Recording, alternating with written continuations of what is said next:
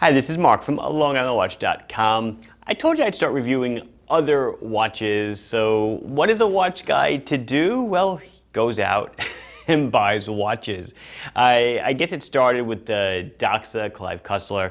And then I did an unboxing probably about a month ago or so on a Zeric Scrambler. Yes, I'm wearing 3 watches. Get to that in a minute.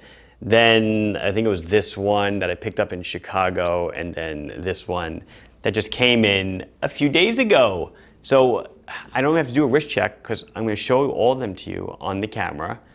Nothing to do with what's in the store, just a fun video to see what I've been buying lately. Let's check it out. So yes, while I was out wind up, I was wearing 3 watches for a couple of days, simply because I bought this one while I was there, and I don't know, I wanted to wear it, but I also had to wear my Islanders, so what's a watch guy to do? Well, I guess he just, he puts on a 3rd watch. But being a G-Shock and being plastic, it kind of worked without a problem. So I'm going to take off, you know, the 3 watches we're talking about because I'm currently wearing them. And we'll go through them. And as I said in the intro, because I'm really not selling you anything, it's more of a fun video. The details will be scarce, but I will try to, you know, go into the watches a little bit and explain them. So just in order that I actually procured them. So as I said, I did an unboxing on this one. I'll put a link to it up above. This is a Zeric Scrambler. I guess someone pointed out to me, probably named for the amusement park ride that goes around, and each of these numbers rotate. So I like things that tell time in, I guess, novel or interesting ways. And this one certainly fits the bill. Just real quick size, all right? It's 40 millimeters across here without the crown. It's going to be 44 on the tip to tip. There are no lugs, kind of like a hooded lug. See, it's the strap sneaks in, and it's 14.5 thick to a slightly domed. And it is a sapphire crystal. I was happy to see. Price on these, I believe, $1,100. I got it from watches.com, and I alluded to it in the unboxing. I verified it. Zeric is the house brand of watches.com, sort of like the way Islander is a house brand of Island Watch. What I really dig about this watch, and what I think is so cool with a lot of their designs, is that it's just a regular, I mean, they claim it's a Zeric, whatever, movement, but it's a Miyota 90S5 or a dateless 9015. And what they've done, ingeniously, if I may add, I would say probably with not that much expense in modification to the movement, is they just change the gearing. I'm guessing at the hour hand to make it rotate. So I guess to make the minute hand rotate faster or the hour hand rotate slower, whatever it might be, such that 1 hour is the time it takes this wheel to go from here to here. And everything else, these little individual discs. So I'll advance the time. It is 312, and as someone did point out in the unboxing video to me, that you can actually tell time faster here, because once your eyes find the hour hand, the minute hand's right there, whereas on a conventional 2-handed watch, you have to find the hour hand and the minute hand. So this actually is fairly efficient. But as time goes on, the 3 will go across. There's no date here, as I said. Let's get to 3:30. We'll stop there. It's a nice symmetric place to stop. You'll see, obviously, after 3 o'clock is elapsed, 4 o'clock will come. After 4 o'clock, 5 o'clock will come. We'll look over here, but the 5 is over there. So this 5 needs to rotate to this position. You'd think, I guess in looking at it, you may think, oh wow, there's a lot of complex gearing going on under here. I don't think there is. I believe these are all just freewheeling 4-spoke hubs, 1 hub, 2 hub, 3 hub. And underneath these numbers, I imagine there is a cutout, and that cutout rides on this raised blue disc in the center, so that the number stays in the window, and they stay, obviously they'll always stay perpendicular to each other, but they'll stay in the right position. And there's, right above the Zeric logo, there's that little pin sticking out. I'm calling it an indexing pin. And I imagine that when this starts to pass, the pin hits the underside of these little carriers or travelers, and it starts to rotate and push it aside. So if you watch, we have to get this 5 into the position of the 2. to get it ready for after 4 o'clock. So you can watch a few things at a time. Watch the 3 coming to the end, watch the 4 o'clock coming up to 0. And as the 8 crosses down here, I'm probably going into this in more detail than you want. It's looking to me like the bottom of the 8 is hitting that pin, and it's causing rotation of this wheel. And then we're back to normal. Okay, and now 4 is tracing here at the time, and then soon it'll be 5, and then it'll be 6. This 6 has to come over here. The process repeats itself. So in my mind, or in my eyes, I just think it's just so cool how they incorporated what I consider a rather complicated looking display into a simple movement. No seconds hand. Again, as I said in the unboxing, it reminds me of the Urwerk watches from, well, they still make them, but when they originally came out, I want to say they're like 50 grand or something. And I thought this was really nifty. Beautiful blue, nice case, beautiful leather strap, kind of quilted. This watch was brought to my attention when I was in San Francisco. There was a gentleman that came to our booth, and he was wearing a different color one, and I was really drawn to it. That's the Zeric Scrambler. It probably goes to mention, no one's paying me for any of this. Obviously, in case it's not obvious, no, they did not give this to me for free. No, I did not even tell them who I was. Not that I'm really anybody of consequence, but I don't curry favor on any of this stuff. I bought it like a regular schmo. Zeric Scrambler. So as I said, we're going in order.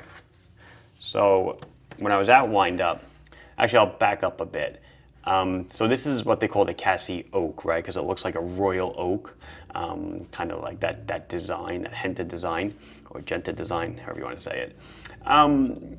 Casioak's been around for a couple of years. This is the newer version that has Bluetooth built into it.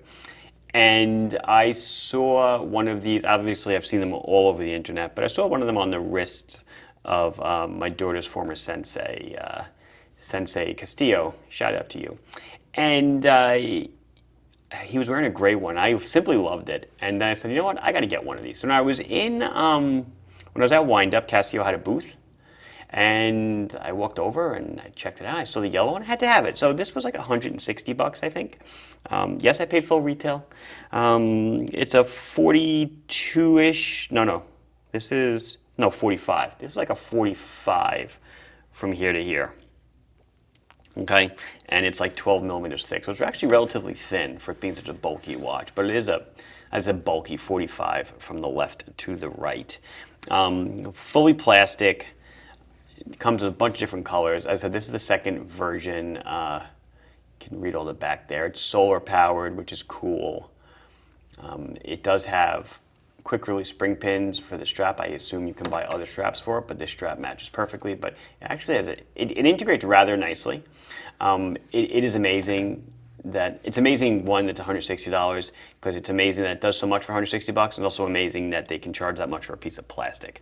Again, nothing against Casio. Obviously, brilliant marketing. They're selling butt tons of these. I can imagine it's probably just cost them a few dollars to make. So bravo to them, good to them. If you want to know a little bit about how it operates, I mean, I'm no expert, but it is solar. So on the left side here, you have a little medium, high. I said I've only had it for about a week, so I think that the manual says you really need to go into the sun to get it to fully charge up. But it's a bunch of different modes. Got a world time mode, which actually, when I was in Chicago, I had it set to New York. So it's still on New York. But it'll tell you the time in New York, which is right now, is 3:16, because that's the time it is on the hands of the watch.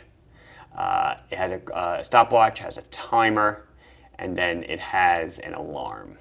Lastly, as I said, it does have Bluetooth, and as a lot of people helped me to understand, and after I read the manual, the Bluetooth is not really for fitness, exercise, step counting, anything like that. It does a few things. So if you look under here on the bottom, there's 3 little windows, if you can read them. RCVD for received, REM for reminder, and HND for like hand mode. Received means if the Bluetooth is on and my phone's in my pocket nearby and Bluetooth is on my phone, it will sync a signal from my phone 4 times an hour. Yeah, 4 times an hour? 4 times a day? I think it's 4 times a day. So 4 times a day, it just syncs the time. Because, of course, it's only accurate about 20 seconds a month. So 4 times a day, you get a real accurate time. Or you can force a sync. Is it this button? Yeah, that's it. I think that will sync the time. Wait. Yeah, there it goes, there it goes. The little thing, it's going around, time, and then it'll know it got the signal, and then the little received thing will come on, and the time will be sunk. Okay, it sunk the time. Reminders, it's got a Casio app, and you can set reminders in it, but that's what my phone does. And the little thing will pop up if you have a reminder. I'm just gonna keep turning it because I know I'm yapping a lot. And then hand mode, that will be if you want to move the hands out of the way if they're covering up the display, because the display has a few different, is it this one? Yeah, one, you show the day of the week, show you the time, any reminders, the date, and then so like if this hand is blocking here, I think you press this and this. Wait, give me a second. It's so funny watching me use this. I think you press the light and then this one down there. There you go. And then it goes into a hand changing mode or hand mode. So the hands are out of the way of the display. So right now I can see this display. If this hand happened covering, you see the little light under HND is flashing. Back to regular, boink, boink, boink. Back to regular time.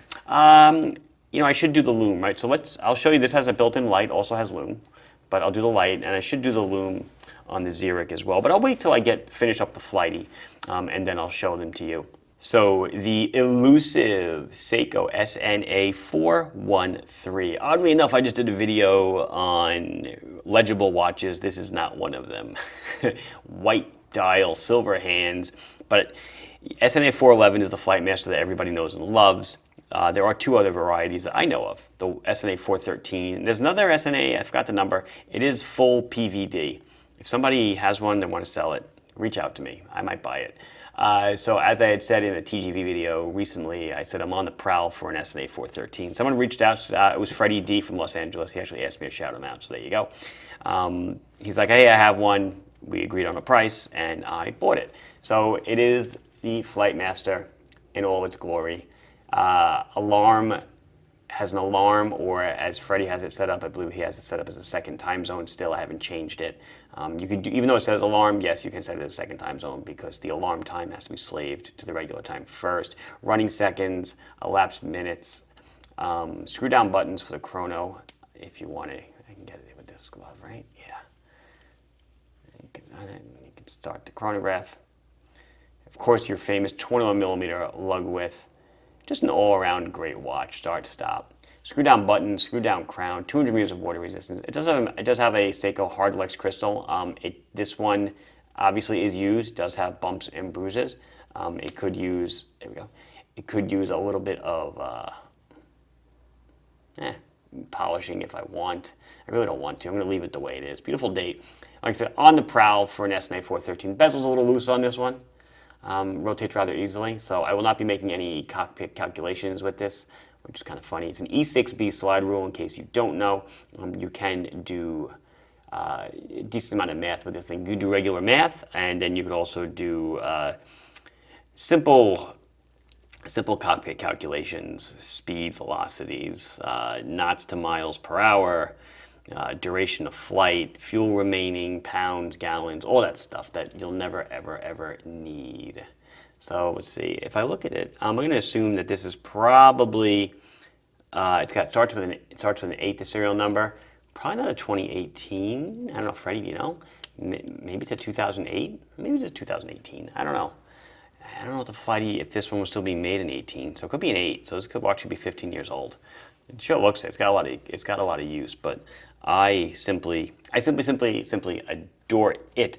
Let's see loom. So there's the Flighty. Oh, Flighty cost me about $500 or so, which is going rate for them. I sell the black one new for $425, so I was very happy with that price. You can easily read the time.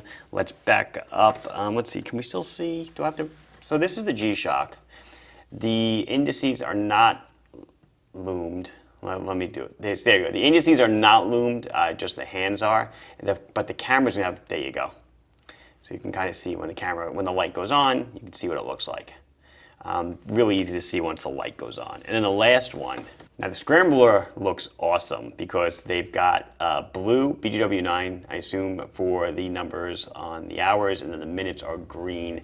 And then this little green track which is just, when the lights go on again, you'll see what it is. It's nothing of real importance, but it does add a nice, I don't know, a little visual interest to the loom.